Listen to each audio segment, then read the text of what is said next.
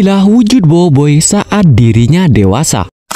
Sampai saat ini Boboiboy diceritakan sebagai anak kecil yang beranjak remaja. Tapi tahukah kalian kalau Monster telah memberikan spoiler wujud Boboiboy saat dirinya sudah dewasa? Tapi sebelum lanjut, jika kalian suka dengan konten seperti ini, dihantam dulu dong tombol subscribe-nya. Sudah? Terima kasih. Beberapa waktu sebelumnya Monster berkolaborasi dengan PUBG Mobile, dan dalam trailer kolaborasi tersebut ditampilkan wujud dewasa dari Boboiboy dan Feng. Memang benar kolaborasi tersebut tidak canon atau tidak ada sakut pautannya dengan alur cerita Boboiboy. Tapi jika kalian perhatikan lebih detail, wujud dari karakter tersebut sangat mirip dengan Boboiboy, dan bisa saja seperti itulah rupa dari Boboiboy saat dirinya dewasa. Dan seperti biasa, gimana nih menurut kalian?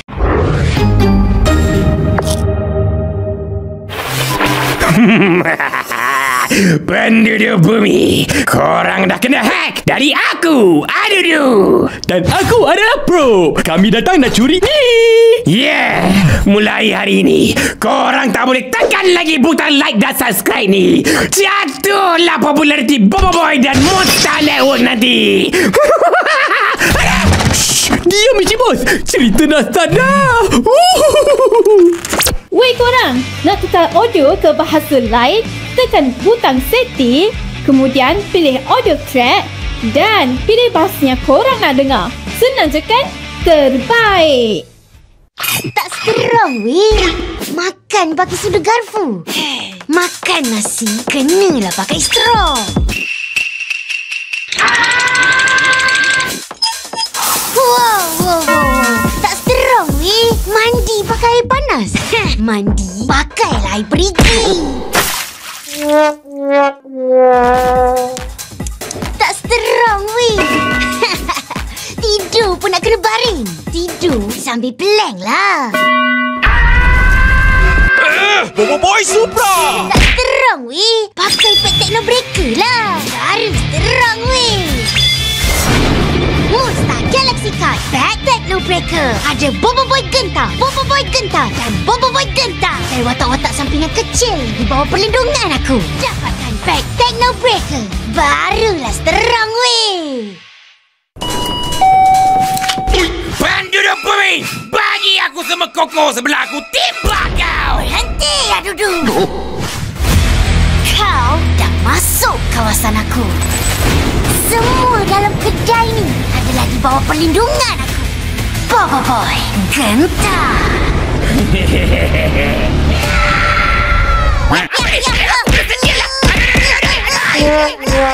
Figura! Kau ingat kau boleh kalahkan aku?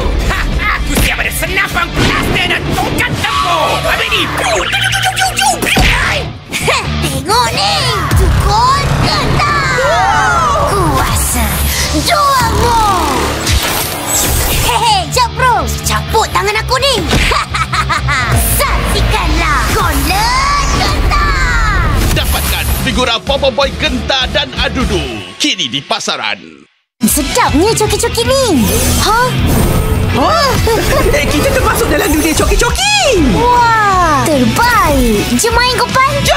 Jom mengembara ke dunia coki-coki. Kumpul dan main Galaxy Card sekarang. Tembakan Sori Bondori. Sekarang. Dapatkan kartu Monster Galaxy Pack Quest Adventure tersedia di minimarket terdekat.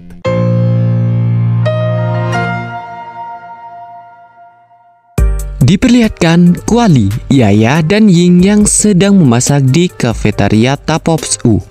Ying bertanya kepada Kuali tentang menu apa yang akan dimasaknya hari ini. Kuali pun menjawab bahwa dia ingin mencoba memasak salah satu resep yang ada di dalam buku resepnya. Sementara itu di pusat kawalan terdapat Boboiboy, Gopal, dan Feng yang sedang melakukan video call dengan Tok Kasa.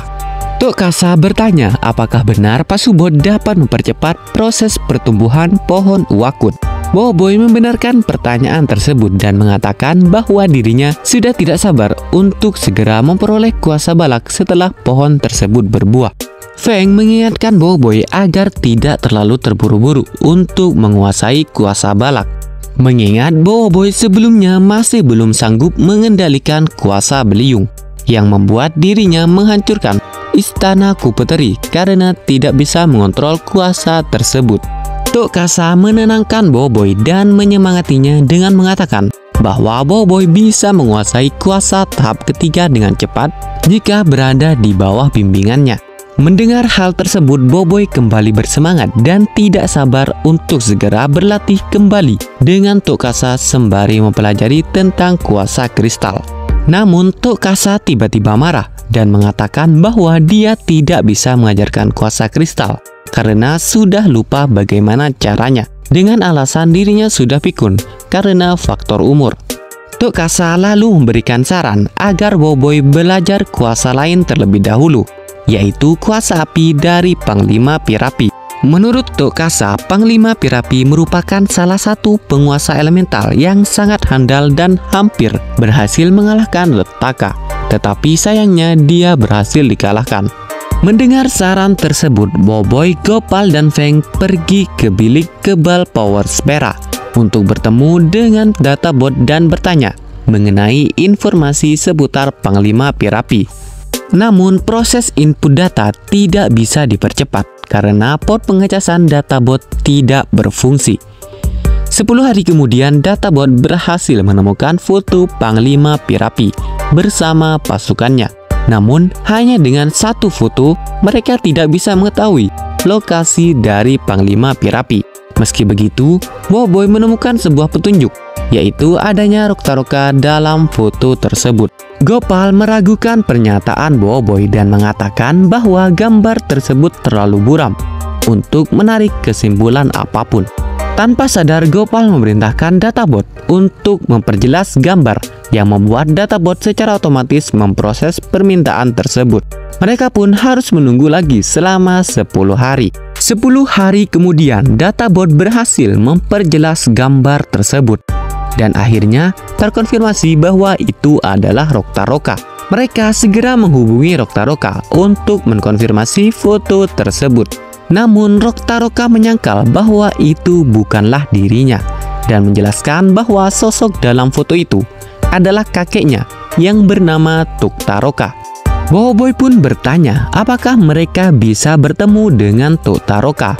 Roktaroka sempat terkejut, tetapi akhirnya mengatakan bahwa jika ingin bertemu Tuktaroka, mereka harus pergi ke planet Baraju. Mereka setuju untuk pergi ke sana, tetapi Roktaroka awalnya menolak dengan alasan bahwa planet Baraju sangat jauh. Namun mereka meyakinkan Roktaroka bahwa mereka memiliki kapal ruang angkasa dan kemampuan teleportasi untuk mencapai tempat yang jauh. Akhirnya Roktaroka setuju untuk kembali ke kampung halamannya di planet Baraju. Dia menjelaskan bahwa alasannya enggan kembali adalah karena kesibukannya selama ini, hingga ia tidak bisa pulang selama 10 tahun terakhir. Gopal pun bercanda dan menyalahkan Roktaroka karena mengabaikan kakeknya demi pekerjaan, yang membuat Roktaroka menangis. Air mata Roktaroka yang berupa lahar panas merusak kapal Feng yang terbuat dari besi. Namun Boboiboy berhasil menenangkan Roktaroka dengan mengatakan bahwa Tuktaroka pasti rindu pada dirinya. Tak lama kemudian mereka hampir sampai di planet Baraju. Planet ini memiliki warna yang cukup unik, yaitu 2 warna dominan, merah dan biru. Hal ini terjadi karena planet tersebut memiliki 2 iklim yang berbeda. Bagian yang berwarna biru merupakan sisi dengan iklim dingin, sedangkan bagian yang berwarna merah memiliki iklim panas. 2 iklim ekstrim ini terjadi karena planet Baraju tidak berotasi pada porosnya, sehingga salah satu sisinya terus menghadap ke bintang yang di orbitnya, sementara di sisi lainnya tidak pernah terkena cahaya bintang. Mereka mendarat di hutan Talistiwa, sebuah kawasan hijau di planet Baraju. Hutan ini memiliki iklim yang normal, tidak terlalu panas dan tidak terlalu dingin, sehingga cocok untuk tumbuhan. Kawasan ini dipenuhi dengan berbagai jenis pohon besar. Setelah mendarat, mereka memulai perjalanan menuju kampung halaman Roktaroka. Setelah berjalan beberapa waktu tanpa sampai ke tujuan, Gopal akhirnya bertanya kepada Roktaroka seberapa jauh lagi kampung halamannya. Roktaroka mengakui bahwa dia sudah lupa jalan menuju kampung halamannya karena sudah lama tidak pulang. Kemudian mereka melihat seseorang yang membawa tas besar di punggungnya. Orang itu memperkenalkan dirinya sebagai Pak Patok. Boboiboy memutuskan untuk bertanya kepadanya tentang arah menuju kampung Roktaroka. Ternyata Pak Patok tahu jalan menuju kampung tersebut dan menunjukkan rute tercepat. Mereka pun mengucapkan terima kasih dan melanjutkan perjalanan sesuai petunjuk Pak Patok. Setelah beberapa saat berjalan, mereka sampai di tempat yang terasa aneh. Yaya berpendapat bahwa tempat ini adalah medan perang berdasarkan banyaknya pedang dan anak panah yang berserakan di sana. Tiba-tiba serangan berupa batu-batu es datang dari berbagai arah. Boboiboy langsung berubah menjadi Boboiboy Blast untuk melawan serangan tersebut dengan bebola api. Namun tidak lama kemudian serangan batu api muncul dari arah lainnya. Boboiboy berubah ke kuasa es dan menggunakan jurus panah pembeku bertubi-tubi untuk menghentikan serangan tersebut. Krisis semakin memuncak ketika kedua jenis batu ini menyerang bersamaan dalam jumlah besar. Boboiboy membelah dirinya menjadi dua, satu menggunakan kuasa Blaze dan satu lagi menggunakan kuasa es. Namun sebelum sempat melancarkan serangan, mereka semua terkena hantaman batu-batu tersebut dan pingsan seketika. Saat pingsan, Boboiboy, Gopal, dan Yaya dibawa oleh orang-orang misterius yang memakai caping dan pakaian merah. Ketika Gopal sadar, dia langsung diancam dengan pedang oleh salah satu dari mereka yang mempertanyakan identitasnya. Sebelum Gopal sempat menjawab, batu-batu es kembali menyerang. Gopal dengan sigap mengubah batu-batu itu menjadi cengkodok pisang. Sementara Boboiboy dan Yaya bangkit untuk menghalau serangan lainnya. Setelah situasi terkendali, muncul seekor burung berarmor emas bernama Toby, diikuti oleh seorang karakter baru bernama Panglima Yanari. Panglima Yanari adalah pemimpin kelompok Bara. Dia datang untuk memeriksa kondisi pasukannya setelah serangan dari kelompok salju. Anak buahnya melaporkan bahwa mereka hampir terkena serangan itu, tetapi berhasil diselamatkan berkat bantuan Boboiboy dan kawan-kawannya. Panglima Yanari sempat terkejut mendengar anak-anak kecil seperti Boboiboy mampu menghalang serangan tersebut. Namun sebelum pembicaraan bisa dilanjutkan, serangan baru dari kelompok salju kembali datang. Panglima Yanari segera memerintahkan pasukannya untuk membawa Boboiboy dan kawan-kawan ke tempat yang lebih aman dengan ekspresi wajah serius yang membuat Boboiboy dan teman-temannya menelan ludah karena gugup. Sementara itu, di tengah medan perang, Ying dan Kuali berusaha menghalau hujan anak panah api yang turun dari langit. Saat berhasil menghentikan serangan tersebut, mereka melihat seekor bis yang mirip singa dengan bulu putih dan biru yang tertindih gerobak. Merasa kasihan, mereka memutuskan untuk membebaskan bis tersebut. Kuali berusaha mengangkat gerobak sementara Ying menghalau anak panah yang mengarah ke mereka. Setelah berhasil membebaskan bis itu, serangan panah kembali datang dalam jumlah besar. Untungnya Boboiboy tiba tepat waktu dan menggunakan kuasa es untuk melindungi mereka. Namun tiba-tiba muncul sosok raksasa dari balik dinding es tersebut. Sosok besar tersebut memperkenalkan dirinya sebagai Mas Gardu, pemimpin kelompok salju sekaligus pemilik bis bernama Tigre yang telah diselamatkan oleh Ying dan Kuali. Mas Gardu mengucapkan terima kasih kepada mereka karena telah membantu Tigre. Boboiboy bertanya kepada Mas Gardu tentang situasi yang sedang terjadi. Mas Gardu menyarankan agar mereka ikut ke kamp kelompok salju terlebih dahulu karena situasi di medan perang semakin berbahaya. Namun pasukan kelompok Bara tiba-tiba mendekat dan mengumumkan bahwa mereka akan mengakhiri perang dengan kemenangan atas kelompok salju. Sebelum pertempuran dimulai, petir menyambar di langit, diikuti oleh hujan es di wilayah kelompok salju dan hujan air panas mendidih di wilayah kelompok Bara.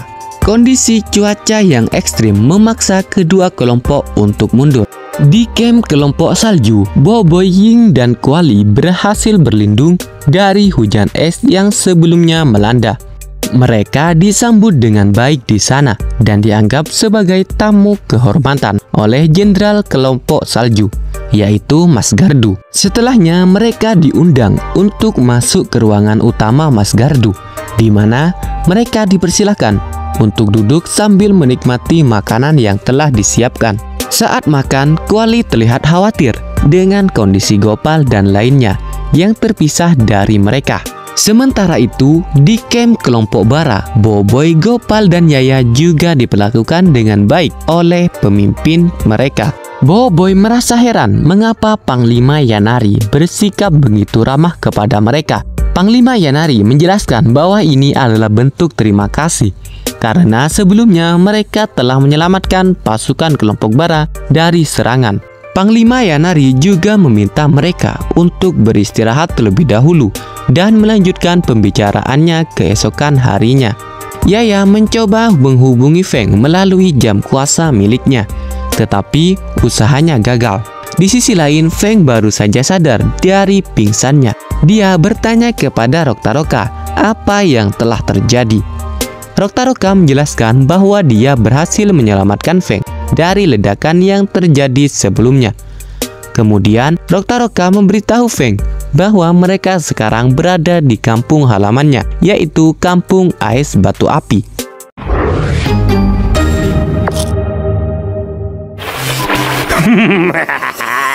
Penduduk bumi, korang dah kena hack dari aku, Adudu. Dan aku adalah Pro. Kami datang nak curi ni. Yeah, mulai hari ini, korang tak boleh tekan lagi butang like dan subscribe ni. Jatuhlah populariti Boboiboy dan Monster Network nanti. Diam Encik Bos. Cerita dah start dah. Weh korang, nak tukar audio ke bahasa lain? Tekan butang setting, kemudian pilih audio track dan pilih bahasa yang korang nak dengar. Senang je kan? Terbaik!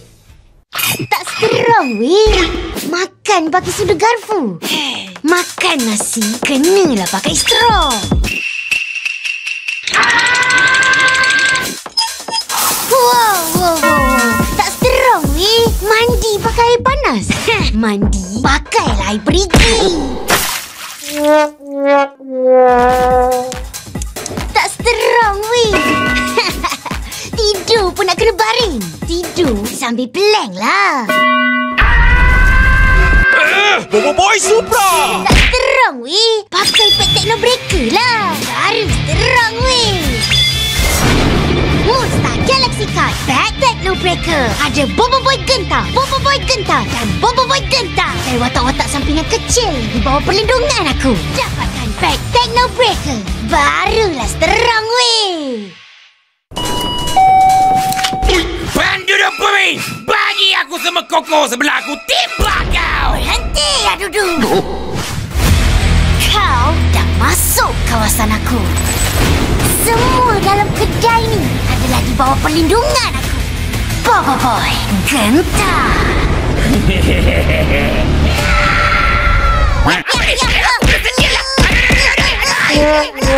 Figura!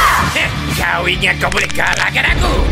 Aku siap ada senapan plaster dan tongkat tempur. Habis ni. Tengok ni. Tukul Gentar. Kuasa juangmu. Hehe, jap bro. Caput tangan aku ni.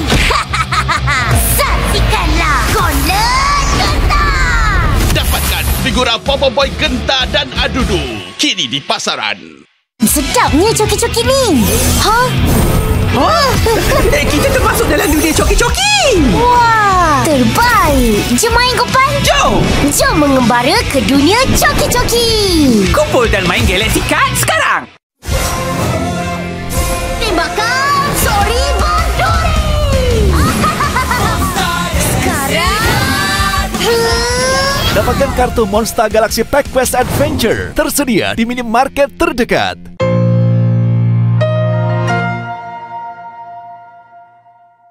Diperlihatkan Kuali, Yaya, dan Ying yang sedang memasak di kafetaria Tapops U. Ying bertanya kepada Kuali tentang menu apa yang akan dimasaknya hari ini. Kuali pun menjawab bahwa dia ingin mencoba memasak salah satu resep yang ada di dalam buku resepnya. Sementara itu, di pusat kawalan terdapat Boboiboy, Gopal, dan Feng yang sedang melakukan video call dengan Tok Kasa. Tok Kasa bertanya apakah benar Pak Subot dapat mempercepat proses pertumbuhan pohon uwakut. Boboiboy membenarkan pertanyaan tersebut dan mengatakan bahwa dirinya sudah tidak sabar untuk segera memperoleh kuasa balak setelah pohon tersebut berbuah. Feng mengingatkan Boboiboy agar tidak terlalu terburu-buru untuk menguasai kuasa balak, mengingat Boboiboy sebelumnya masih belum sanggup mengendalikan kuasa beliung yang membuat dirinya menghancurkan Istana Kupeteri karena tidak bisa mengontrol kuasa tersebut. Tok Kasa menenangkan Boboiboy dan menyemangatinya dengan mengatakan bahwa Boboiboy bisa menguasai kuasa tahap ketiga dengan cepat jika berada di bawah bimbingannya. Mendengar hal tersebut, Boboiboy kembali bersemangat dan tidak sabar untuk segera berlatih kembali dengan Tok Kasa sembari mempelajari tentang kuasa kristal. Namun Tok Kasa tiba-tiba marah dan mengatakan bahwa dia tidak bisa mengajarkan kuasa kristal karena sudah lupa bagaimana caranya, dengan alasan dirinya sudah pikun karena faktor umur. Tok Kasa lalu memberikan saran agar Boboiboy belajar kuasa lain terlebih dahulu, yaitu kuasa api dari Panglima Pirapi. Menurut Tok Kasa, Panglima Pirapi merupakan salah satu penguasa elemental yang sangat handal dan hampir berhasil mengalahkan Lettaka. Tetapi sayangnya dia berhasil dikalahkan. Mendengar saran tersebut, Boboiboy, Gopal, dan Feng pergi ke bilik kebal Power Spera untuk bertemu dengan databot dan bertanya mengenai informasi seputar Panglima Pirapi. Namun proses input data tidak bisa dipercepat karena port pengecasan databot tidak berfungsi. 10 hari kemudian, databot berhasil menemukan foto Panglima Pirapi bersama pasukannya. Namun, hanya dengan satu foto, mereka tidak bisa mengetahui lokasi dari Panglima Pirapi. Meski begitu, Boboiboy menemukan sebuah petunjuk, yaitu adanya Roktaroka dalam foto tersebut. Gopal meragukan pernyataan Boboiboy dan mengatakan bahwa gambar tersebut terlalu buram untuk menarik kesimpulan apapun. Tanpa sadar, Gopal memerintahkan databot untuk memperjelas gambar yang membuat databot secara otomatis memproses permintaan tersebut. Mereka pun harus menunggu lagi selama 10 hari. 10 hari kemudian, databot berhasil memperjelas gambar tersebut. Dan akhirnya terkonfirmasi bahwa itu adalah Roktaroka. Mereka segera menghubungi Roktaroka untuk mengkonfirmasi foto tersebut. Namun Roktaroka menyangkal bahwa itu bukanlah dirinya dan menjelaskan bahwa sosok dalam foto itu adalah kakeknya yang bernama Tuktaroka. Boboiboy pun bertanya apakah mereka bisa bertemu dengan Tuktaroka. Roktaroka sempat terkejut, tetapi akhirnya mengatakan bahwa jika ingin bertemu Tuktaroka, mereka harus pergi ke planet Baraju. Mereka setuju untuk pergi ke sana, tetapi Roktaroka awalnya menolak dengan alasan bahwa planet Baraju sangat jauh. Namun mereka meyakinkan Roktaroka bahwa mereka memiliki kapal ruang angkasa dan kemampuan teleportasi untuk mencapai tempat yang jauh. Akhirnya Roktaroka setuju untuk kembali ke kampung halamannya di planet Baraju. Dia menjelaskan bahwa alasannya enggan kembali adalah karena kesibukannya selama ini, hingga ia tidak bisa pulang selama 10 tahun terakhir. Gopal pun bercanda dan menyalahkan Roktaroka karena mengabaikan kakeknya demi pekerjaan, yang membuat Roktaroka menangis. Air mata Roktaroka yang berupa lahar panas merusak kapal Feng yang terbuat dari besi. Namun Boboiboy berhasil menenangkan Roktaroka dengan mengatakan bahwa Tuktaroka pasti rindu pada dirinya. Tak lama kemudian mereka hampir sampai di planet Baraju. Planet ini memiliki warna yang cukup unik, yaitu dua warna dominan, merah dan biru. Hal ini terjadi karena planet tersebut memiliki dua iklim yang berbeda. Bagian yang berwarna biru merupakan sisi dengan iklim dingin, sedangkan bagian yang berwarna merah memiliki iklim panas. Dua iklim ekstrim ini terjadi karena planet Baraju tidak berotasi pada porosnya, sehingga salah satu sisinya terus menghadap ke bintang yang di orbitnya, sementara di sisi lainnya tidak pernah terkena cahaya bintang. Mereka mendarat di hutan Talistiwa, sebuah kawasan hijau di planet Baraju. Hutan ini memiliki iklim yang normal, tidak terlalu panas dan tidak terlalu dingin, sehingga cocok untuk tumbuhan. Kawasan ini dipenuhi dengan berbagai jenis pohon besar. Setelah mendarat, mereka memulai perjalanan menuju kampung halaman Roktaroka. Setelah berjalan beberapa waktu, tanpa sampai ke tujuan, Gopal akhirnya bertanya kepada Roktaroka, seberapa jauh lagi kampung halamannya. Roktaroka mengakui bahwa dia sudah lupa jalan menuju kampung halamannya karena sudah lama tidak pulang. Kemudian mereka melihat seseorang yang membawa tas besar di punggungnya. Orang itu memperkenalkan dirinya sebagai Pak Patok. Boboiboy memutuskan untuk bertanya kepadanya tentang arah menuju kampung Roktaroka. Ternyata Pak Patok tahu jalan menuju kampung tersebut dan menunjukkan rute tercepat. Mereka pun mengucapkan terima kasih dan melanjutkan perjalanan sesuai petunjuk Pak Patok. Setelah beberapa saat berjalan, mereka sampai di tempat yang terasa aneh. Yaya berpendapat bahwa tempat ini adalah medan perang, berdasarkan banyaknya pedang dan anak panah yang berserakan di sana. Tiba-tiba serangan berupa batu-batu es datang dari berbagai arah. Boboiboy langsung berubah menjadi Boboiboy Blast untuk melawan serangan tersebut dengan bebola api.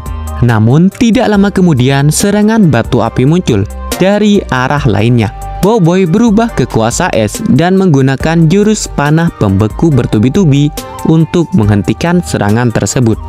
Krisis semakin memuncak ketika kedua jenis batu ini menyerang bersamaan dalam jumlah besar. Boboiboy membelah dirinya menjadi dua, satu menggunakan kuasa Blast dan satu lagi menggunakan kuasa es. Namun sebelum sempat melancarkan serangan, mereka semua terkena hantaman batu-batu tersebut dan pingsan seketika. Saat pingsan, Boboiboy, Gopal, dan Yaya dibawa oleh orang-orang misterius yang memakai caping dan pakaian merah. Ketika Gopal sadar, dia langsung diancam dengan pedang oleh salah satu dari mereka yang mempertanyakan identitasnya. Sebelum Gopal sempat menjawab, batu-batu es kembali menyerang. Gopal dengan sigap mengubah batu-batu itu menjadi cengkodok pisang, sementara Boboiboy dan Yaya bangkit untuk menghalau serangan lainnya. Setelah situasi terkendali, muncul seekor burung berarmor emas bernama Tobi, diikuti oleh seorang karakter baru bernama Panglima Yanari. Panglima Yanari adalah pemimpin kelompok Bara. Dia datang untuk memeriksa kondisi pasukannya setelah serangan dari kelompok salju. Anak buahnya melaporkan bahwa mereka hampir terkena serangan itu, tetapi berhasil diselamatkan berkat bantuan Boboiboy dan kawan-kawannya. Panglima Yanari sempat terkejut mendengar anak-anak kecil seperti Boboiboy mampu menghalang serangan tersebut. Namun sebelum pembicaraan bisa dilanjutkan, serangan baru dari kelompok salju kembali datang. Panglima Yanari segera memerintahkan pasukannya untuk membawa Boboiboy dan kawan-kawan ke tempat yang lebih aman dengan ekspresi wajah serius yang membuat Boboiboy dan teman-temannya menelan ludah karena gugup. Sementara itu, di tengah medan perang, Ying dan Kuali berusaha menghalau hujan anak panah api yang turun dari langit. Saat berhasil menghentikan serangan tersebut, mereka melihat seekor bis yang mirip singa dengan bulu putih dan biru yang tertindih gerobak. Merasa kasihan, mereka memutuskan untuk membebaskan bis tersebut. Kuali berusaha mengangkat gerobak, sementara Ying menghalau anak panah yang mengarah ke mereka. Setelah berhasil membebaskan bis itu, serangan panah kembali datang dalam jumlah besar. Untungnya Boboiboy tiba tepat waktu dan menggunakan kuasa es untuk melindungi mereka. Namun tiba-tiba muncul sosok raksasa dari balik dinding es tersebut. Sosok besar tersebut memperkenalkan dirinya sebagai Mas Gardu, pemimpin kelompok salju sekaligus pemilik bis bernama Tigre yang telah diselamatkan oleh Ying dan Kuali. Mas Gardu mengucapkan terima kasih kepada mereka karena telah membantu Tigre. Boboiboy bertanya kepada Mas Gardu tentang situasi yang sedang terjadi. Mas Gardu menyarankan agar mereka ikut ke kamp kelompok salju terlebih dahulu karena situasi di medan perang semakin berbahaya. Namun pasukan kelompok Bara tiba-tiba mendekat dan mengumumkan bahwa mereka akan mengakhiri perang dengan kemenangan atas kelompok salju.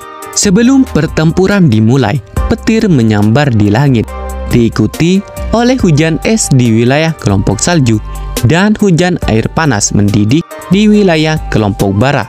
Kondisi cuaca yang ekstrim memaksa kedua kelompok untuk mundur. Di kamp kelompok salju, Boboiboy, Ying, dan Kuali berhasil berlindung dari hujan es yang sebelumnya melanda. Mereka disambut dengan baik di sana dan dianggap sebagai tamu kehormatan oleh jenderal kelompok salju, yaitu Mas Gardu. Setelahnya mereka diundang untuk masuk ke ruangan utama Mas Gardu, di mana mereka dipersilahkan untuk duduk sambil menikmati makanan yang telah disiapkan. Saat makan, Kuali terlihat khawatir dengan kondisi Gopal dan lainnya yang terpisah dari mereka. Sementara itu, di kamp kelompok Bara, Boboiboy, Gopal, dan Yaya juga diperlakukan dengan baik oleh pemimpin mereka. Boboiboy merasa heran mengapa Panglima Yanari bersikap begitu ramah kepada mereka. Panglima Yanari menjelaskan bahwa ini adalah bentuk terima kasih karena sebelumnya mereka telah menyelamatkan pasukan kelompok Bara dari serangan. Panglima Yanari juga meminta mereka untuk beristirahat terlebih dahulu dan melanjutkan pembicaraannya keesokan harinya. Yaya mencoba menghubungi Feng melalui jam kuasa miliknya, tetapi usahanya gagal. Di sisi lain, Feng baru saja sadar dari pingsannya. Dia bertanya kepada Roktaroka apa yang telah terjadi. Roktaroka menjelaskan bahwa dia berhasil menyelamatkan Feng dari ledakan yang terjadi sebelumnya. Kemudian, Roktaroka memberitahu Feng bahwa mereka sekarang berada di kampung halamannya, yaitu Kampung Ais Batu Api.